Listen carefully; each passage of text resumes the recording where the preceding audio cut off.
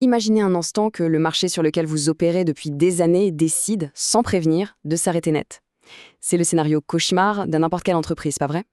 Bienvenue dans ce nouveau décryptage. Aujourd'hui, on va plonger dans un cas très concret, une vraie histoire de survie économique, la gestion d'un effondrement total de marché par une marque immobilière de prestige et son agence digitale. Vous allez voir, c'est une leçon fascinante sur la stratégie, la résilience et surtout sur la nécessité absolue d'une honnêteté professionnelle totale face à la crise.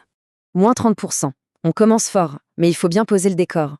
Ce n'est pas une petite fluctuation saisonnière ou une légère correction.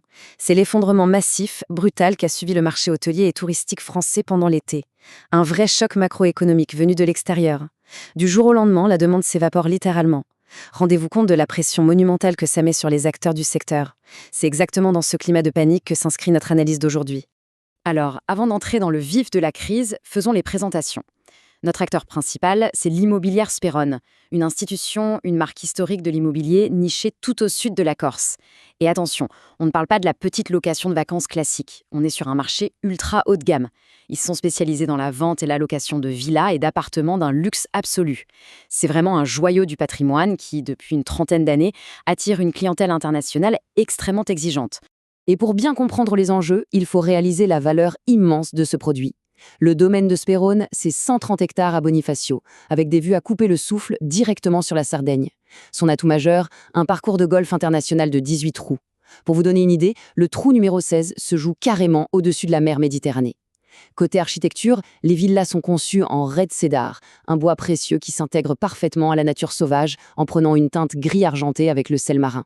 Bref, on vend du rêve, un art de vivre d'exception. C'est donc dans ce contexte prestigieux qu'intervient l'agence digitale BigView.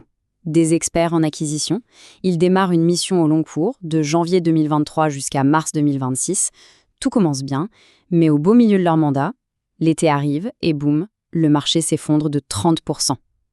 Ce fameux choc externe frappe de plein fouet exactement au moment où leur stratégie digitale bat son plein. Ce qui nous amène à une question de fond vraiment passionnante.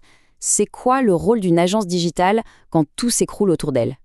Parce qu'il faut être réaliste, face à un crash économique global, vous pouvez avoir le meilleur algorithme du monde, il ne va pas faire apparaître par magie une demande touristique qui n'existe plus. Alors on fait quoi? On coupe tout? On panique?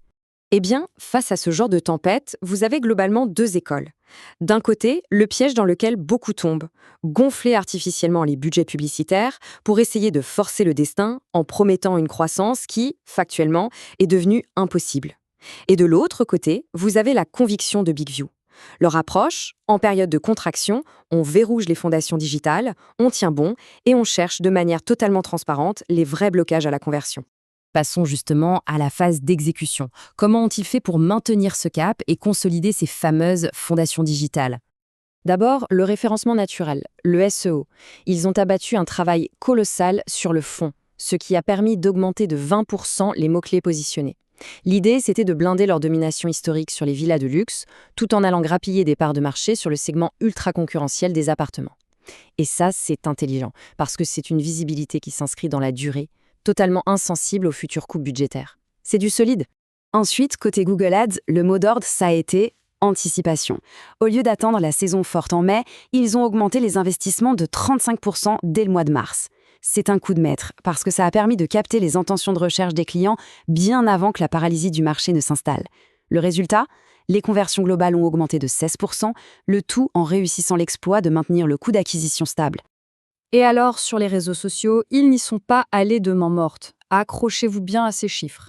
Ils ont généré 114 000 clics via les campagnes sur l'écosystème Meta, et ce, à un coût par clic défiant toute concurrence, 13 petits centimes. Une efficacité d'acquisition absolument redoutable. Et cette efficacité a propulsé la visibilité de la marque dans la stratosphère. 12,5 millions d'impressions. Vous vous rendez compte? Même avec un marché en chute libre, ce matraquage visuel garantit que le domaine reste ancré dans l'esprit des vacanciers. C'est crucial pour préparer le terrain quand la reprise arrivera. Pour clore cette avalanche de chiffres, parlons engagement. Plus de 415 600 interactions sur la page. Aucun doute là-dessus. Les campagnes digitales faisaient le job. Elles attiraient l'attention, généraient du trafic, créaient de l'envie autour du catalogue. Tout fonctionnait, en apparence. Et c'est là qu'on arrive au vrai coup de théâtre de ce dossier, une baisse brutale des leads commerciaux directs. C'est le paradoxe absolu. Imaginez l'ambiance lors des réunions. Tous les clignotants digitaux sont au vert fluo, le trafic explose, l'engagement est top, mais le téléphone sonne moins pour des réservations concrètes. Pourquoi ? C'est typiquement le genre d'énigme qui demande des profils seniors, des gens capables de lever le nez de leur tableau de bord et de regarder la réalité de l'entreprise en face. Le diagnostic de l'agence a fini par tomber, et il a été franc et direct. Le problème, ce ne sont pas nos campagnes, c'est votre site web et votre politique de prix. Boum. En clair, le trafic qu'ils envoyaient était super qualifié, mais une fois sur le site, l'expérience utilisateur et les tarifs bloquaient complètement la transaction finale. En fait, c'est exactement ça, la vraie valeur du conseil. C'est avoir l'intégrité de dire « voici le vrai problème », même quand ce problème sort de votre domaine de responsabilité. Une agence d'experts préférera toujours pointer du doigt une réalité difficile mais vitale pour l'entreprise, plutôt que de se cacher confortablement derrière des rapports de clics qui ont l'air flatteurs. Ce partenariat nous donne une feuille de route en 3 points pour naviguer dans une crise. Règle numéro 1, arrêtez de viser la croissance à tout prix. Le succès, c'est parfois juste de consolider ses bases. Règle numéro 2, exigez une analyse sans concession de l'intégralité de votre tunnel de vente, de la pub, jusqu'au paiement. Et règle numéro 3, et c'est peut-être la plus importante, choisissez un modèle de facturation avec vos prestataires qui leur permettent de rester totalement objectifs. Ce modèle économique, c'est vraiment le nerf de la guerre. Prenez une agence qui est payée au pourcentage sur vos dépenses publicitaires. Forcément, financièrement, ils sont toujours incités à vous faire dépenser plus. Par contre, avec un modèle basé sur le temps passé, au forfait, la dynamique change du tout au tout. L'agence peut tranquillement vous dire « Écoutez, on coupe les budgets médias pour l'instant parce que votre site ne convertit pas, on jette l'argent par les fenêtres. » Là, l'intérêt de l'agence est 100% aligné avec le vôtre. Du coup, je vous laisse avec cette réflexion. Posez-vous la question honnêtement. Si votre marché s'effondrait complètement demain matin, est-ce que vos partenaires actuels auraient le courage de vous dire d'arrêter de dépenser pour réparer vos fondations, ou est-ce qu'ils vous demanderaient juste de doubler le budget pour compenser ? La réponse vous en dira long sur ceux avec qui vous travaillez vraiment. Merci beaucoup de nous avoir suivis et on se retrouve très vite pour un prochain décryptage.